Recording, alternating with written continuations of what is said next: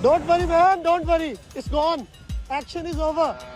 It's an Iranian Shahed drone. ከሰባቱ ቁልፍ የኢራን ከፍተኛ ባለስልጣናት ስድስቱ ተገድለዋል። አሜሪካና እስራኤል በኢራን ላይ የሚያካሂዱትን ጥቃት ከጀመሩ ደቂቃ አንስቶ እስካሁን ድረስ ዋነኛ ኢላማ እያደረጓቸው ያሉትን የሀገሪቱ ከፍተኛ ፖለቲካዊና ወታደራዊ መሪዎችም እየገደሉ ይገኛል። ከሰባቱም ስድስቱ አርፈዋል። በዝርዝር የምንመለከተው ይሆናል።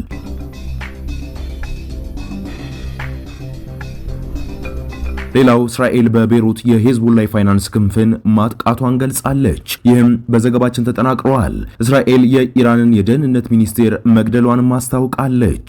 የኢራን የሚሳኤል ጥቃትም በአሜሪካ ኤምባሲዎች ላይ ከፍተኛ ጉዳትም አድርሷል። ሌላው ለተገደሉት ባለስልጣን የሽኝት ስነ ስርዓት ከፍተኛ ቁጥር ያላቸው ኢራናውያን አደባባይ እየወጡም ይገኛሉ። በዘገባችን ተጠናቅሯል። በዝርዝር እንመለከተዋለን። የኢራን አብዮታዊ ዘብ በሳውዲ ኤምሬትስ እና ኳታር የነዳጅ ማውጫ ላይ ጥቃት ሊሰነዝር እንደሆነ አስጠንቅቀዋል። ይህም በአረብ ሀገራት ላይ ታላቅ ፍርሃትን ደቅኗል። በዘገባችን ተጠናቅሯል፣ እንመለከተዋለን። በኢራን የሚገኘው የዓለም ግዙፍ የተፈጥሮ ጋዝ ማምረቻ ስፍራም ጥቃት ተፈጽሞበታል። ይህን ጥቃት ማነው ያደረሰው? ትንታናችን መልስ የሚሰጥ ይሆናል። በመጨረሻም የኢራን ፕሬዝዳንት የስለላ ሚኒስቴር መገደሉን አረጋግጠዋል። ኢራን የስለላ ሚኒስቴር ኢስማኤል ካታቢ መገደላቸውንም የሀገሪቱ ፕሬዝዳንት መሱድ ፔዜሽኪያን አረጋግጠዋል። በዝርዝር እንመለከተዋለን። የአዲስ ትሩዝ ሚዲያ ቤተሰቦቻችን እንደምን ቆያችሁ? ለሰዓቱ የሚሆኑ አዳዲስ መረጃዎችን ይዘንላችሁ ቀርበናል። እናንተም እስከ ፍጻሜው አብራችሁ እንድትከታተሉ እየጋበዝን ለቻናላችን አዲስ የሆናችሁ ሰብስክራይብ በማድረግ እንድትቀላቀሉ እንዲሁም የቻናላችን ቤተሰቦች ቪዲዮን ከማየታችሁ በፊት ላይክ በማድረግ እንድትጀምሩት እያሳሰብን ወደ ዘገባው እናልፋለን። ከሰባቱ ቁልፍ የኢራን ከፍተኛ ባለስልጣናት ስድስቱ ተገድለዋል። አሜሪካና እስራኤል በኢራን ላይ የሚያካሂዱትን ጥቃት ከጀመሩበት ደቂቃ አንስቶ እስካሁን ድረስ ዋነኛ ኢላማ እያደረጓቸው ያሉትን የሀገሪቱን ከፍተኛ ፖለቲካዊና ወታደራዊ መሪዎችን ያነጣጠረ ነው። በመጀመሪያው ቀን ጥቃት የሀገሪቱ ጠቅላይ መሪ የሆኑት አያቶላ አሊ ካሚኔን ጨምሮ ሌሎች ቁልፍ ባለስልጣናት በጽህፈት ቤታቸውና በመኖሪያ ቤታቸው ላይ በተፈጸሙ ጥቃቶች ተገድለዋል። በሀገሪቱ ውስጥ በተለያዩ የስልጣን ደረጃ ላይ የሚገኙ በርካታ የፖለቲካና ወታደራዊ ባለስልጣናት ባለፉት ዓመታት ጭምር ተገድለዋል። አሁን የተከፈተው ጦርነት ደግሞ ሌሎችንም የጥቃት ኢላማ አድርጓቸዋል። ለመሆኑ ወሳኝ ከሚባሉት ሰባት የኢራን ፖለቲካዊና ወታደራዊ መሪዎች መካከል በአሁኑ ወቅት ከጥቃት ተርፈው በህይወት የሚገኙት ፕሬዝዳንት መሱድ ፔዜሽኪያን ብቻ ናቸው። በመጀመሪያ የተገደሉት አያቶላ አሊ ካሚኔ ጠቅላይ መሪ ሲሆኑ፣ ሌላኛው የተገደሉት አሊ ላርጃኒ የብሔራዊ ደህንነት ጠቅላይ ምክር ቤት ዋና ጸሐፊ፣ አሊ ሻምካኒ የመከላከያ ምክር ቤት ኃላፊ፣ ሙሐመድ ፓኩፓር የአብዮታዊ ዘብ ዋና አዛዥ፣ አሚር ናሲር ዛዴ የመከላከያ ሚኒስቴር፣ አብዱላሂም ሙሳቪ የጦር ኃይሎች ኢታማጆር ሹም እንደተገደሉም ተዘግበዋል። የቀሩትም መሱድ ፔዜሽኪያን ፕሬዝዳንቱ ብቻ ናቸው። ከዚሁ ጋር ተያይዞ እስራኤልም የኢራን የደህንነት ሚኒስቴርን መግደሏን አስታውቃለች። የእስራኤል መከላከያ ሚኒስቴር ኢዝራኤል ካትዝ የኢራኑ የደህንነት ሚኒስቴር ኢስማኤል ካቲብን መግደላቸውንም ተናግረዋል። ካትዝ በመግለጫው ላይ ትናንት ሌሊት የኢራን ደህንነት ሚኒስቴር ካትብም ተወግደዋል ብለዋል። ኢራን ስለ ሚኒስቴሩ መገደል እስካሁን ያለችው ነገር እንደሌለም ተዘግበዋል። ኢስማኤል ካቲብ የኢራን የደህንነት ሚኒስቴር ሆነው የተሾሙት በቀድሞ የሀገሪቱ ፕሬዝዳንት ኢብራሂም ራኢሲ ከ5 ዓመታት በፊትም ነበር። ከሟች ጠቅላይ መሪ አያቶላ አሊ ካሚኔና ከሌሎች የኢራን ከፍተኛ መሪዎች ጋር ኢስላማዊ ሕጉን ያጠኑ ሲሆኑ ቀደም ሲል በደህንነት መስሪያ ቤት ውስጥም እንዲሁ በጠቅላይ መሪው ጽህፈት ቤት ውስጥም በከፍተኛ ኃላፊነት ሰርተው ቆይተው ነበር።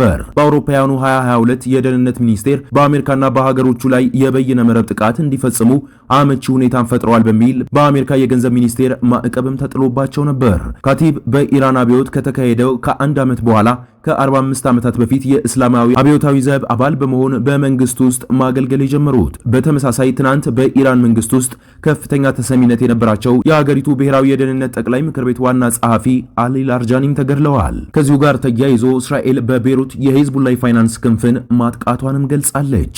እስራኤል ሌሊቱን በቤሩት በፈጸመችው ጥቃት የሄዝቦላ ጦር በገንዘብ የሚደገፍ የአልቋርድ አልሐሰን ንብረቶችን ኢላማ ማድረጓንም አስታውቃለች። እስራኤል በቤሩት በፈጸመችው ጥቃት ቢያንስ 10 ሰዎች መገደላቸውንና ሌሎች 27 ሰዎች መጎዳታቸውን የሊባኖስ ጤና ሚኒስቴርም አስታውቋል። እስራኤል የሄዝቦላ ፋይናንስ ክንፍ ነው ካለችው አልቋርድ አልሐሳን በተጨማሪ በደቡባዊ ሊባኖስ የሚገኙ የማዘዣ ጣቢያዎችን መደብደቧንም ገልጻለች። በትላንትናው ዕለትም ሆን ተብሎ ሰላማዊ ሰዎች መኖሪያ ውስጥ የተቀመጠ የጦር መሳሪያ ማከማቻንም መደብደቧን ገልጻለች። ለዚሁ አጸፋ የሚሆነው የኢራን የሚሳኤል ጥቃት በአሜሪካ ኤምባሲዎች ላይም ቀጥሏል።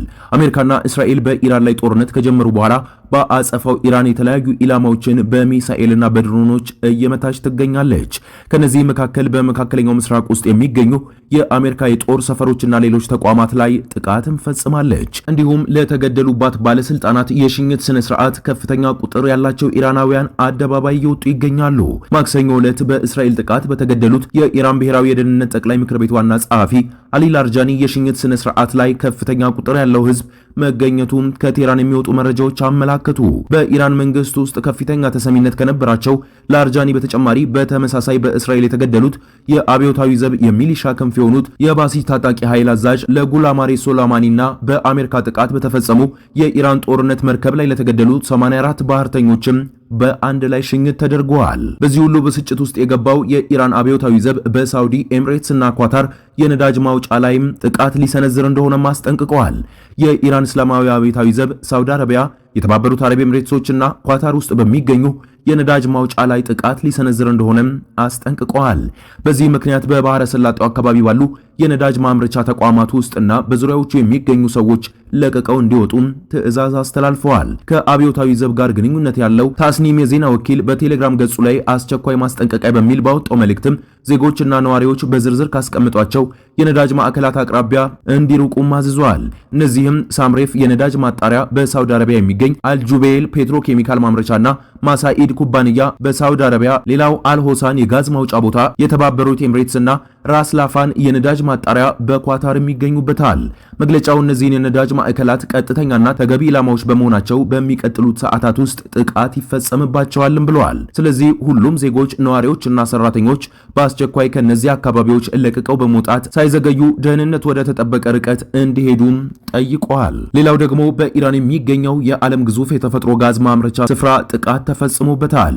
በኢራን ደቡብ ፓርስ የጋዝ ማምረቻ ስፍራ የሚገኘው የፔትሮኬሚካል ተቋም የአየር ድብደባ እንደተፈጸመበት ከእስላማዊ አብዮታዊ ዘብ ጋር ግንኙነት ያለው ታስኒም የዜና ወኪልም አያይዞ ዘግበዋል። ኳታር እስራኤል በተፈጥሮ ጋዝ ማምረቻው ስፍራ ላይ የፈጸመችው ጥቃት አደገኛና ኃላፊነት የጎደለው ስትልም ኮንነዋለች። የታስኒም ዘገባ እንደሚያመለክተው ጥቃቱ የተፈጸመው ዛሬ ረፋድ አካባቢ ከፊል ይፋዊ ፋርስ የዜና ወኪል በበኩሉ በቴሌግራም ገጹ ባወጣው ማስጠንቀቂያ የተፈጥሮ ጋዝ ማምረቻውን በእሳት መያያዙንም አክሎ ገልጿል። የእሳትና የአደጋ ጊዜ ሰራተኞች በስፍራው እንደሚገኙም ጠቅሶ ነበር።